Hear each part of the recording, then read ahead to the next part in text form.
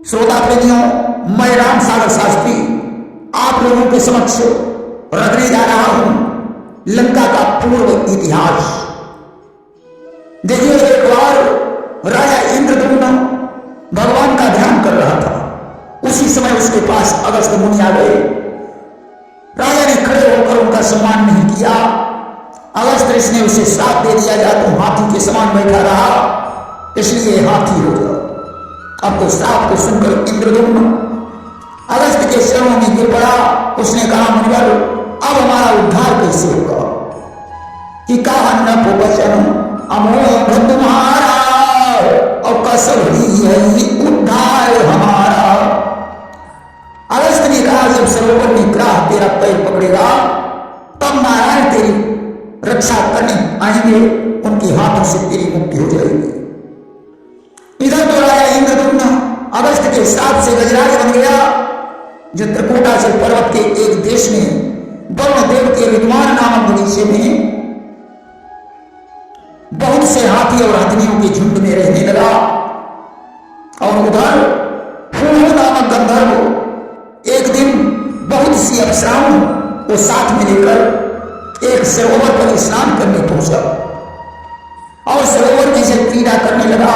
उसने देखा देवल मुनि सरोवर में खड़े हुए आगमर्षण मंत्र का जाप कर रहे, जो सरोवर से बाहर निकलना ही नहीं चाहते। उन्होंने डुबकी मारकर अपने हाथ से देवल का पांव पकड़ा और बलपूर्वक खींचने लगा।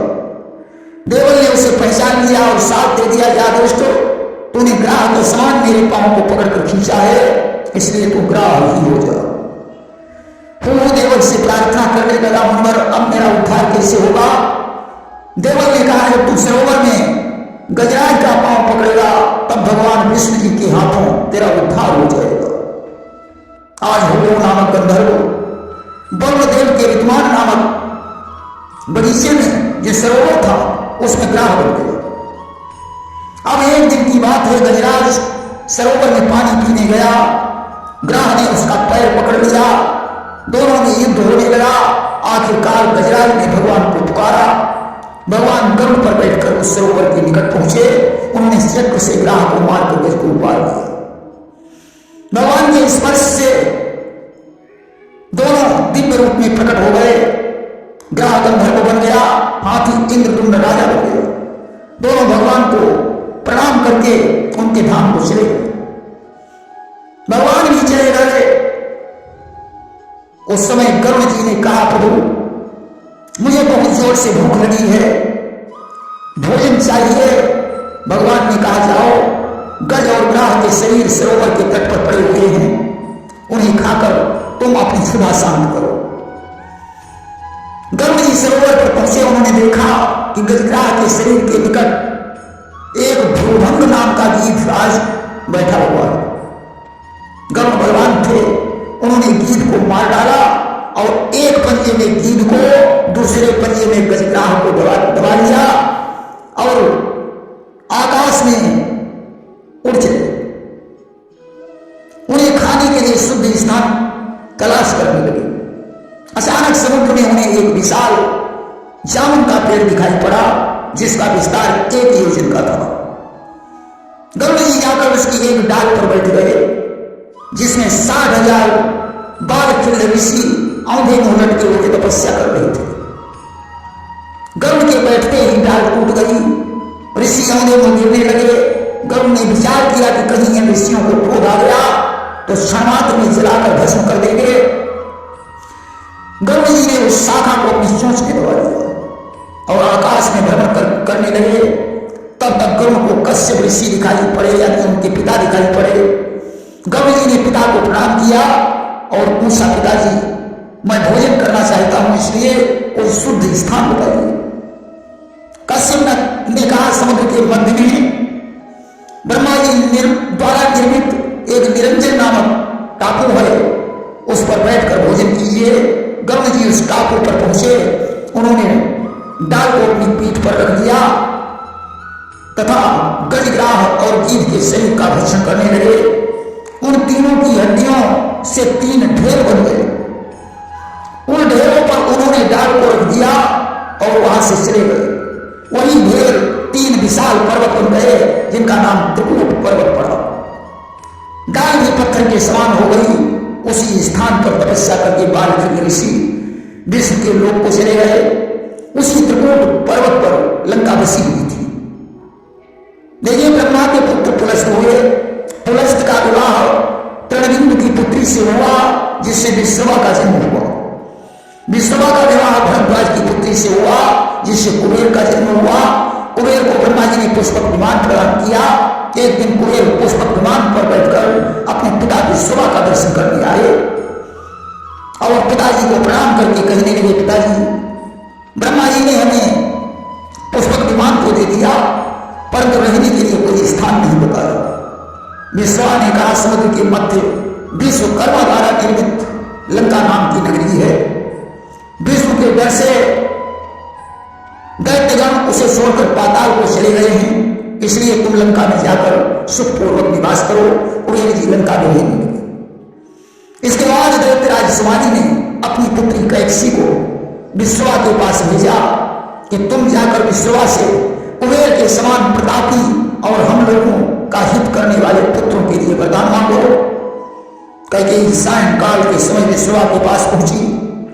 विश्रवा उसके मनोरथ को समझ गई कि तुम मुझसे पुत्रों की इच्छा रखती हो, परंतु इस भयानक समय में तुम्हारे द्वारा 2 भयानक राक्षस उत्पन्न होंगे, परंतु अंतिम पुत्र बुद्धिमान और राम भक्त होगा। अस्तु कैकसी से रावण और कुंभकर्ण का जन्म हुआ। रावण के 10 शीशों को लेकर भी तमामों कल्पनाएं हैं। इसके बाद कैकसी ने शूर्पणखा, कुंभीनसी, क्रौंची और विभीषण को जन्म दिया। एक दिन रावण को कैकसी ने शिवलिंग लेने के लिए कैलाश पर्वत पर भेजा। कैलाश पर्वत पर जाकर रावण ने अपना शीश काटकर चढ़ा दिया। शिव की कृपा से वह शीश जुड़ गया। इस तरीके से उसने 10 बार शीशों को काटकर चढ़ाया तो रावण के 10 शीश और 20 भुजाएं हो गई। शिवलिंग लेकर रावण जब लंका को चला, भगवान विष्णु ब्राह्मण बनकर उसके पास पहुंचे। रावण शिवलिंग को पकड़ाकर जब शंका करने चला गया, भगवान ने बोला गोकर्णनाथ ने शिवलिंग को रख दिया और अंतर्ध्यान हो गए। इसके बाद रावण का विवाह मंदोदरी के साथ हुआ कि मैं तनया मंदोदरी नामा परम सुंदरी नारी गलामा। मंदोदरी मैदान की पुत्री थी जो परम सुंदरी थी। एक दिन कैकसी ने कुबेर को पुष्पक विमान में बैठकर जाते हुए देखा। उसे ईर्ष्या उत्पन्न हो गई। उसने अपने पुत्रों से कहा, तुम्हें धिक्कार है, जाओ कठोर तपस्या करो और कुबेर के समान बनो। तब तो रावण, कुंभकर्ण और विभीषण जाकर ब्रह्मा जी की तपस्या करने लगे। 10,000 वर्ष के पश्चात ब्रह्मा जी प्रकट हो गए। वरदान मांगने को कहा। रावण ने बंदर और मनुष्यों के हाथों से मृत्यु का वरदान मांगा। कुंभकर्ण ने 6 महीने की नींद और विभीषण ने राम के चरणों में अनुराग मांगा। वरदान पाकर तीनों भाई घर लौटे। सुमाली वरदान को सुनकर बड़ा प्रसन्न हुआ। वह प्रहस्ताद शासकों के सहित पृथ्वी पर विचरने लगा। इसके बाद रावण ने कुबेर को लंका से निकाल दिया। कुबेर ने पिता से पूछकर लंका छोड़ दी और कैलाश शिखर पर शिव को प्रसन्न कर कैलाश के निकट अलकापुरी बसाई। शिव की कृपा से वे दिग्पाल बन गए। इसके बाद रावण ने शूर्पणखा का विवाह विद्युत जी से करके उसे दंडकारण्य का राज दहेज में दे दिया। विद्युत जी की मृत्यु के बाद रावण ने अपने मौसेरे भाई खरदूषण और तृष्णा को उसकी सहायता के लिए भेज दिया। फिर अपनी बहन कुंभीनसी मधुदैत्य को समर्पित करके उसे मधुवन का राज्य दे दिया। क्रौंची नामक बहन का विवाह उसने खड्ग जी के साथ कर दिया जो लंका के ही रहता था। फिर विरोचन की पुत्री वज्रज्वाला का विवाह कुंभकर्ण से, गंधर्वराज शैलेश की पुत्री शर्मा का विवाह विभीषण से हुआ। इसके बाद मंदोदरी ने मेघ जैसी गर्जना करने वाले पुत्र मेघनाथ को जन्म दिया। कुंभकर्ण जाकर एक गुफा में सो गया। तब रावण ने देव, गंधर्व, किन्नर, ऋषि और नागों को मारकर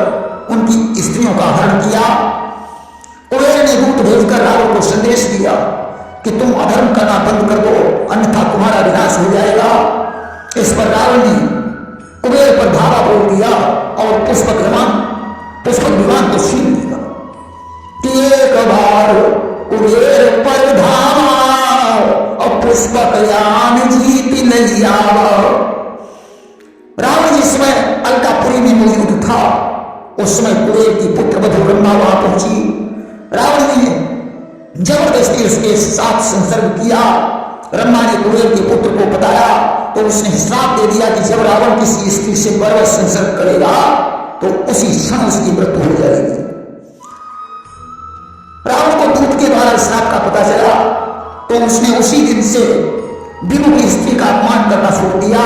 इसके बाद रावण ने विभु को जीतकर इंद्र पर चढ़ाई कर दी। इंद्र ने रावण को बंदी बना लिया।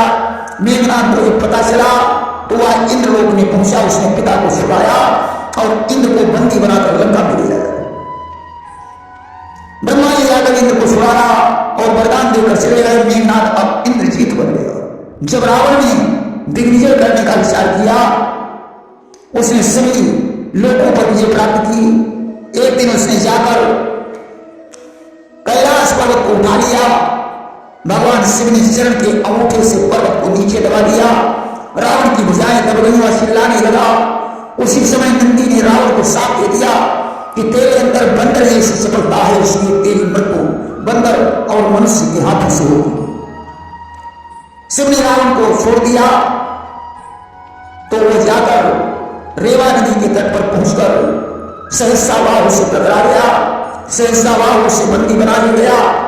पुलिस को जब ये खबर मिली तो वे रावण को वहां से छुड़ा लाए। रावण एक दिन बाघ से टकराया। बाघ से अपनी बगल में दबाकर घर ले आया। रावण ने बाघ को मित्र मान लिया और लंका को लौट आया। एक दिन रावण ने देवर्षि नारद से पूछा, मुनिवर कोई योद्धा बताओ जिससे मैं युद्ध करूं। नारद ने उसे श्वेत द्वीप को भेज दिया जहां सरोवर पर कुछ स्त्रियां स्नान कर रही थी। रावण ने उनसे कहा, जाओ अपने पतियों से कह दो कि लंका पति दशानन तुमसे युद्ध करने आया। उस समय एक वृद्धा ने रावण का पैर पकड़ा और लेकर आकाश में उड़ गई। वहां से उसने रावण को समुद्र में डाल दिया। रावण सीधे पाताल लोक में चला गया जहां उसने राजा बलि से युद्ध करने की मांग की। बलि ने कहा, अगर तुम हमारे पितामह का कवच उठा लो तो मैं तुमसे युद्ध करूं। रावण कवच को नहीं उठा पाया और लज्जित होकर भगवान वामन के पास पहुंचा। उसने कहा, मुझे लंका पहुंचा दो। भगवान ने पांव के अंगूठे से उठाकर रावण को फेंक दिया। रावण जाकर सीधे लंका में गिरा। इसके बाद रावण राजा अनर्ण से युद्ध करने गया। अनर्ण ने रावण को श्राप दे दिया कि एक दिन मेरे वंश में तेरे काल का जन्म होगा। एक दिन रावण की भेंट सनत कुमार से हो गई। उसने विष्णु के हाथों से मरने का उपाय पूछा। सनत कुमार ने कहा, जब तुम राम से वैर करोगे तो राम तुम्हारा संहार कर देंगे और तुम्हारी मृत्यु हो जाएगी। इसीलिए रावण ने सीता का हरण किया और भगवान के हाथों से मारा गया। प्रेम से सिया और रामचंद्र की जय।